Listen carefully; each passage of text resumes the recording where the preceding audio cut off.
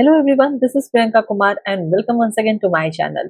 इस सीरीज में बात कर रही हूँ हर मंथ में बॉर्न हुए लोगों के बारे में। तो आज बात करने वाली हूँ मई में बॉर्न हुए लोगों की पर्सनालिटी के बारे में, उनके पर्सनल ट्रेट्स के बारे में, उनके हेल्थ इश्यूज के बारे में और एंड में कुछ हेल्पफुल टिप्स भी देने वाली हूँ। तो इसीलिए इस वीडियो को एंड तक जरूर देखिएगा।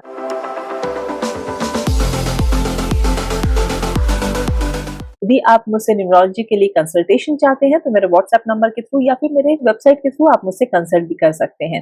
और यदि आप न्यूमरोलॉजी के बारे में मुझसे और भी ज्यादा जानना चाहते हैं तो मेरी book the numerology answer book 105 questions and their answers ये भी खरीद सकते हैं। अमेजोन पे ये अवेलेबल है, फ्लिपकार्ट पे अवेलेबल है या फिर आपके आसपास के बुक स्टोर्स में भी ये अवेलेबल है। तो आइए शुरू करते हैं इस वीडियो को। तो यदि आप बॉर्न हुए हैं मई मंथ में, चाहे किसी भी डेट में आप बॉर्न हुए हों या फिर आपके कोई रिश्तेदार हो या फिर आपके कोई फ्रेंड हो, कोई भी हो, आपका लाइफ पार्टनर हो, तो हर किसी के बारे में जानना तो बनता है ना। तो इसीलिए इस वीडियो को एंड तक जरूर देखिएगा। तो यदि आप बॉर्न हुए हैं मई मंथ में तो आप इमेजिनेटिव होते हैं, आप रोमांटिक होते हैं। ऑल्दो आप अपने इमोशंस को जल्दी आप एक्सप्रेस नहीं करते हैं, आप बहुत ज्यादा हार्ड वर्किंग होते हैं, लेकिन आप उन्हीं काम को करना चाहते हैं जिसे आप करना चाहते हैं। आप बहुत ज्यादा स्टर्बन होते हैं, आप जल्दी दूसरों की बात सुनते नहीं हैं। आपको लाख कोई समझा ले कि ऐसा नहीं ऐसा करो, लेकिन आप तब तक उस बात को नहीं सुनते हैं जब तक कि आप खुद भी कन्विंस नहीं हो जाते हैं कि हाँ, ऐसा करने से आपकी उसमें कोई भलाई है। इस तरीके से आप थोड़े से कंजर्वेटिव नेचर के भी होते हैं। कंजर्वेटिव इन द सेंस कि आपको जो लगता है कि वो सही है, ऐसा ही होना चाहिए, चाहे वो गलत हो या सही हो, इर्रिस्पेक्टिव ऑफ दैट आप वही करते चले जाते हैं अनलेस एंड अनटिल आप उस बात से कन्विंस नहीं हो जाते हैं कि आपको थोड़ा सा बदलाव लाने की जरूरत है। क्योंकि नॉर्मली आप चेंज की तरफ रेजिस्टेंट होते हैं, आप जल्दी चेंज लाना नहीं चाहते हैं। क्योंकि आपका सिंबल बुल भी होता है तो आप बहुत ज्यादा हेड स्ट्रांग होते हैं, डिटरमाइंड होते हैं, जो चीज को ठान लेते हैं वो करके ही रहते हैं। आपको अच्छा खाना, घूमना फिरना, इन सारी चीजों की शौक होते हैं। आप ऐसे प्लेसेस पे जाना चाहते हैं जो थोड़ा हिस्टोरिकल हो, जिसके बारे में आप कुछ ज्यादा जान पाएं, जो पुरानी चीजें हो उसको आप देखना समझना चाहते हैं। ऐसा नहीं है कि ये सबके साथ होता है, लेकिन नॉर्मली यही देखा जाता है जो मे बॉर्न लोग होते हैं उनके साथ। आपके लिए आपकी सेल्फ रिस्पेक्ट बहुत ज्यादा हाई होती है, या आप जिनको पसंद करते हैं, आपके जो फैमिली मेंबर्स होते हैं, उनके बारे में आप कुछ भी सुनना नहीं चाहते हैं। और आप जिनको पसंद नहीं करते हैं उनसे आप एक डिस्टेंस मेंटेन करके रखना चाहते हैं, उनके साथ आपको एग्जिस्ट नहीं करते हैं, क्योंकि को एग्जिस्टेंस जैसा वर्ड आपके लिए काम नहीं करता है। किसी के साथ आपकी नहीं बनती है, आप उनसे बिल्कुल दूरी बना लेते हैं। आप मेंटली और फिजिकली दोनों तरीके से बहुत ज्यादा स्मार्ट होते हैं, शार्प होते हैं। आप बहुत ज्यादा मूडी होते हैं, आप बहुत ज्यादा डोमिनेटिंग होते हैं और आप थोड़े से ईगोइस्ट भी होते हैं। आप पैसों के मामले में लकी होते हैं। ऐसा नहीं है कि बिना मेहनत किए आपको पैसे मिल जाते हैं, आपको मेहनत करनी पड़ती है, लेकिन कभी भी आपको पैसे की तंगी नहीं होती। आपकी जरूरत के हिसाब से आपके पास पैसे होते हैं। आप लेकिन अपने पे यदि खर्च कर भी ले, लेकिन आप दूसरों पे खर्च करने के मामले में थोड़े से कंजूस होते हैं। आपको खुद पे भी बहुत ज्यादा लैविशली अपने आप पे खर्च करना ज्यादा पसंद नहीं होता, क्योंकि आप शो ऑफ में, दिखावे में बिलीव नहीं करते हैं। आपको लगता है जितनी जरूरत है, जिस चीज में आप मैनेज कर सकते हैं, वैसे ही आप मैनेज करने में ज्यादा यकीन करते हैं। जो भी काम यदि अर्थ से रिलेटेड, जैसे कि घर बनवाना हो या फिर घरों में इन्वेस्ट करना हो, प्रॉपर्टीज में इन्वेस्ट करना हो, ऐसे काम का आपको शौक होता है और ऐसे काम में आपको बहुत फायदा भी होता है। तो इस तरीके के शौक जो होते हैं आपके लिए फायदेमंद होते हैं। आप अंडरस्टैंडिंग होते हैं, आप केयरिंग होते हैं, आप सेल्फ मोटिवेटेड होते हैं। आपको लाख दूसरा कोई मोटिवेट करने की कोशिश करे, उससे आपको कोई फर्क नहीं पड़ता। जब तक कि आप खुद मोटिवेटेड नहीं होते हैं, आप कोई काम नहीं करते हैं। तो अक्सर ये देखा जाता है कि आप खुद अपना काम करने के लिए सेल्फ मोटिवेटेड होते हैं, आपको किसी के ज्ञान की जरूरत नहीं होती है। आप किसी डिफिकल्ट सिचुएशन में भी बहुत ज्यादा काम रहने वाले होते हैं, बहुत ज्यादा कलेक्टिव रहने वाले होते हैं। आप पॉजिटिव और सीरियस टाइप के इंसान होते हैं। आपकी लाइफ में अक्सर कुछ ना कुछ इश्यूज, कुछ ना कुछ टेंशन या कुछ ना कुछ चैलेंजेस आपको फेस करने पड़ते हैं, इसीलिए आप हमेशा मेंटल टेंशन में रहते हैं।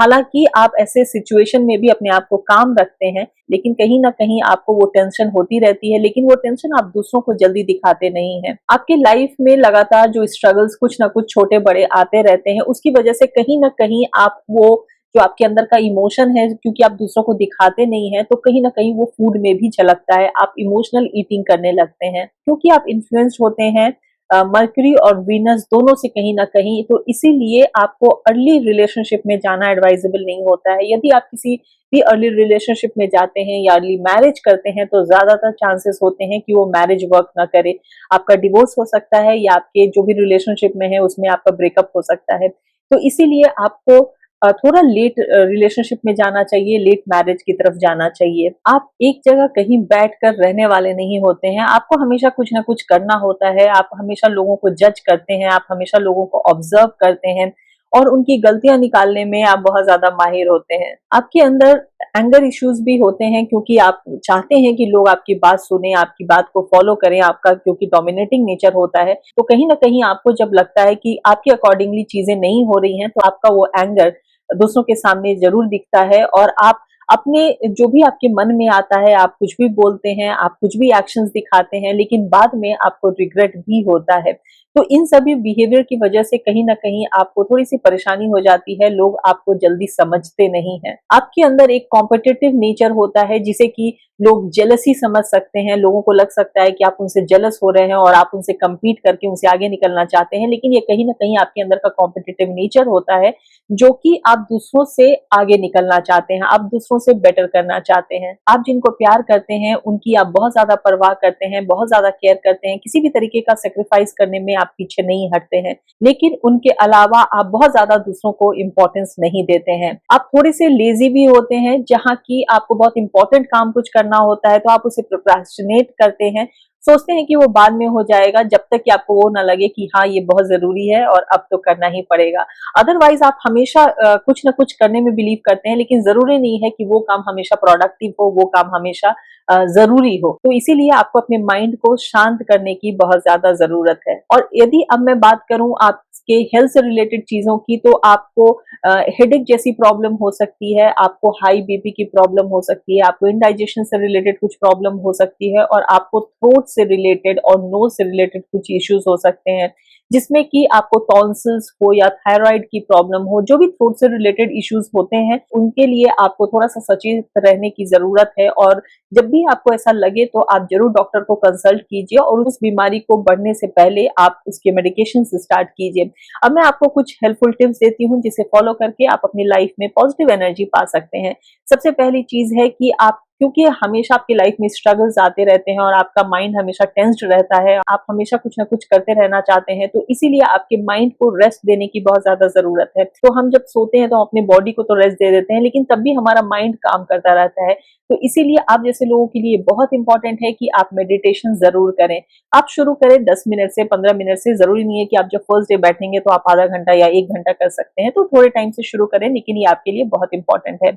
नेक्स्ट इंपॉर्टेंट टिप है कि आप कुछ ना कुछ ग्रीन कलर को अपने लाइफ में इनकॉर्पोरेट करें। यदि आप पहन सकते हैं तो आप कभी ग्रीन क्लोथिंग डाल सकते हैं या अपने घर में कुछ ग्रीन अपहोल्स्टरी वगैरह आप यूज कर सकते हैं, या फिर आप अपने खाने में ग्रीन वेजिटेबल्स को ज्यादा यूज कीजिए, ग्रीन फ्रूट्स को आप ज्यादा यूज कीजिए।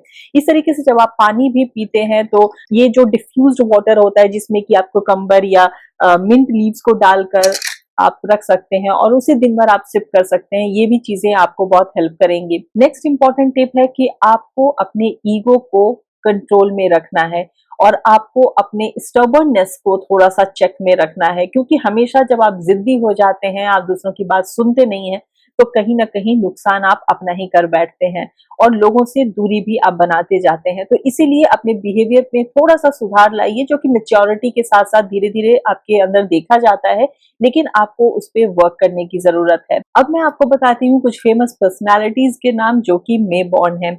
सबसे पहला नाम है रविंद्रनाथ टैगोर का, दूसरा नाम है रवि शास्त्री का, तीसरा नाम है अनुष्का शर्मा का, माधुरी दीक्षित का। तो आपने देखा कि हर फील्ड में जो मे बॉर्न लोग होते हैं बहुत सक्सेसफुल हो सकते हैं, क्योंकि आपके अंदर इतना डिटर्मिनेशन होता है कि आप जो चाहे वो कर सकते हैं, लेकिन अपने बिहेवियर में थोड़ा सा आपको चेंज लाने की जरूरत है। तो आई होप कि आपको ये वीडियो अच्छा लगा होगा, यूजफुल लगा होगा। नीचे कमेंट बॉक्स में आप अपने सजेशंस, आप क्या फील करते हैं, आप कितना रिलेट करते हैं मेरी बातों से, जरूर लिखिएगा। यदि आपको ये वीडियो अच्छा लगे तो इसे लाइक कीजिए, अपने फ्रेंड्स और फैमिली के बीच में शेयर भी जरूर कीजिएगा। अभी तक सब्सक्राइब नहीं किया है मेरे चैनल को तो सब्सक्राइब कीजिए और मैं नेक्स्ट वीडियो में फिर आपसे मिलूंगी और बात करूंगी उन लोगों के बारे में जो बॉर्न हुए हैं जून मंथ में। Till then take very good care of yourself and thank you for watching.